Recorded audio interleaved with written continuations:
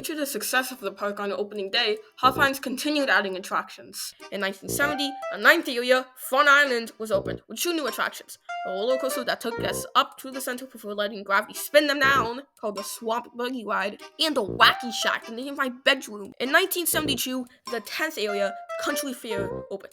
This most notably featured AstroWorld's first true roller coaster, the Dexter Flabish Electric Roller Ride. Rolls right off the tongue. This ride was notable for featuring a height of 80 feet, followed directly by a 60-foot drop. Around this time, AstroWorld's mascot began appearing, named Modi McFay. He, along with the other side mascots, eventually got their own show theater in Children's World. As the park improved with shops and restaurants, over time, it became ingrained in Houston culture, almost as much as the Astrodome itself. But a big change was soon coming. In 1965, Six Flags acquired the park from Hofheinz, who was suffering from health and financial issues. This began a chain of Six Flags not building, but acquiring parks. However, this was their first ever acquisition, so they wanted to take it seriously. In 1976, the area Coney Island was opened, featuring a new flagship coaster, the Texas Cyclone. Six Flags considered moving the Coney Island Cyclone in Coney Island to Houston, before realizing it would be cheaper to just build a similar coaster on site. With a 92-foot drop and speeds of 60 miles per hour, the Texas Cyclone was one of the largest wooden coasters of its time. Its sheer magnitude made it an eye-catcher for guests and a must-ride for adrenaline junkies. In 1978, Grease Lightning opened in Western Junction. This coaster was notable for its massive loop, which riders would go through once forwards and then again backwards, reaching forces of up to 6 Gs. In 1980, AstroWorld would again receive a major expansion, Thunder River. Today, it seems simple, just a river rapids ride. But here's the thing, this was the first ever river rapids ride. This was a revolutionary innovation back then, which drew in even more guests. In 1983, the 143 feet tall Sky Screamer drop tower opened in the Plaza de Fiesta area, which continued the area streak of the rides having nothing to do with the theme. However, the same year, the Alpine Sleigh Ride closed down due to high maintenance costs, preventing the ride from breaking even. For the rest of the park's existence, it sat in the corner, abandoned.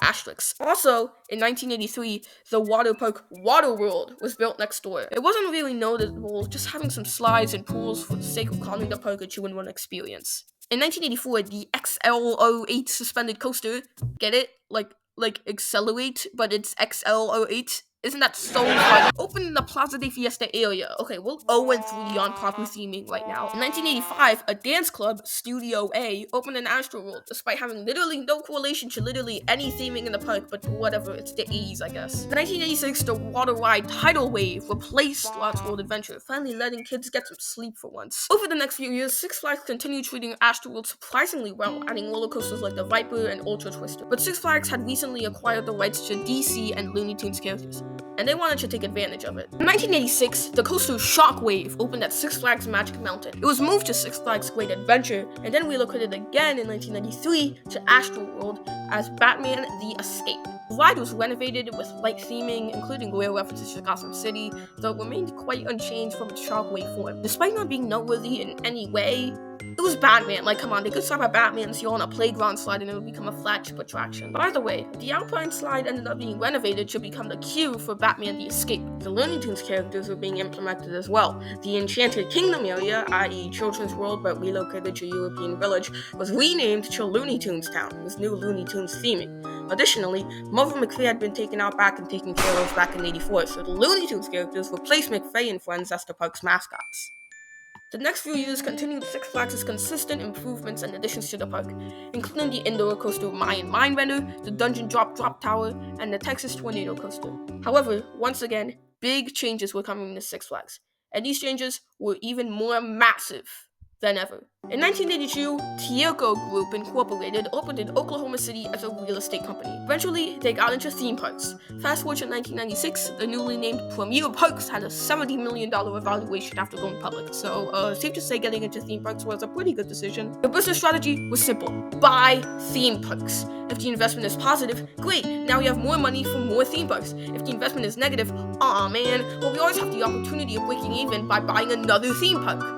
Let's repeat this like 12 times. It's flawless. In 1998, Time Warner, the majority owners of Six Flags Theme Parks Incorporated, announced the sale of the Six Flags Company and its assets to Premier Parks. Premier Parks then rebranded to Six Flags Theme Parks Incorporated. Okay, not confusing at all. What's even less confusing is the Premier Parks LLC company that opened in 2009 with no correlation to the older one, which also purchases nameless theme parks and also has a leasing agreement with Six Flags, but not Six Flags Theme Parks Incorporated. No, Premier Parks LLC agreement is with Six Flags Entertainment Corporation, which was formed after Six Flags Theme Park Incorporated merged with Cedar Fair to form a new company that's also called Six Flags, and also essentially, AstroWorld was under very new management. At first, Premier Parks' new leadership was virtually unnoticeable. New attractions were still being consistently added, including the serial thriller Suspended Coaster in 1999. But then, nothing. The park went on a run of its only changes being closures, including the Dexter Furbish Electric Roller Ride in 1998 and the Astro Needle in 2000.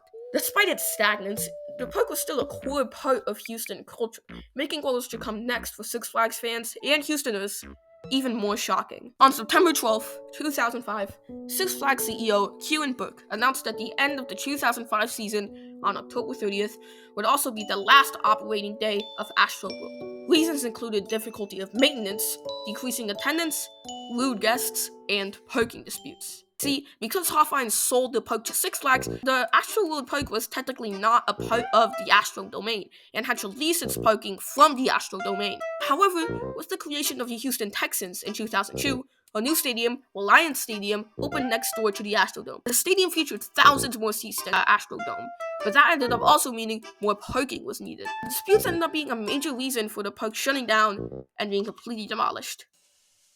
Or was it? See, purchasing 12 theme parks within a span of a couple decades is, in fact, not a flawless business strategy. This led to Premier Parks having debt.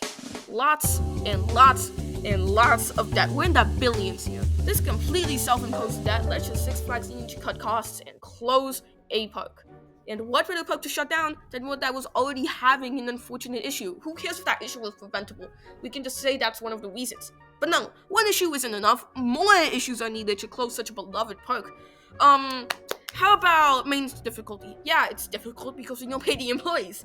And also, poor attendance. See, we haven't added anything of note in 5 years, but technically it is lower attendance regardless of if it's our fault or not. And one more, there was a lady I saw in the park one time that looked kind of angry, so don't rude guests. The news will eat it up. And the news did, in fact, eat it up. Regardless of how ridiculous their reasons were, the park began demolition the day after its closure. Mayan Mindbender, Serial Thriller, Texas Tornado, and Dungeon Drop were all relocated and eventually reopened under different names. All other attractions that mattered were either demolished or never reopened at the reallocated park. The park was demolished for $20 million, and although Six Flags expected at least $150 million for the land due to its valuable position in the heart of Houston, it was sold for just $77 million. Kieran Burke was promptly fired for thinking any of this was a good idea. Today, AstroWorld's former site sits completely empty, aside from, ironically, additional parking for special events. Its neighboring Astrodome also sits abandoned, due to Reliance Stadium's higher seat count and objectively better, more modern design, removing any purpose that Astrodome had. Honestly, the most shocking part of AstroWorld's demolition is its sheer size. So much effort and care was put in by Hofheinz and pre-acquisition Six Flags into AstroWorld, and it was all snapped away because the private management firm couldn't keep their wallet in their pocket. Many Houston locals still drive past it on Interstate 610, recalling a time when Houston had its very own theme park. No, but like seriously, what the hell?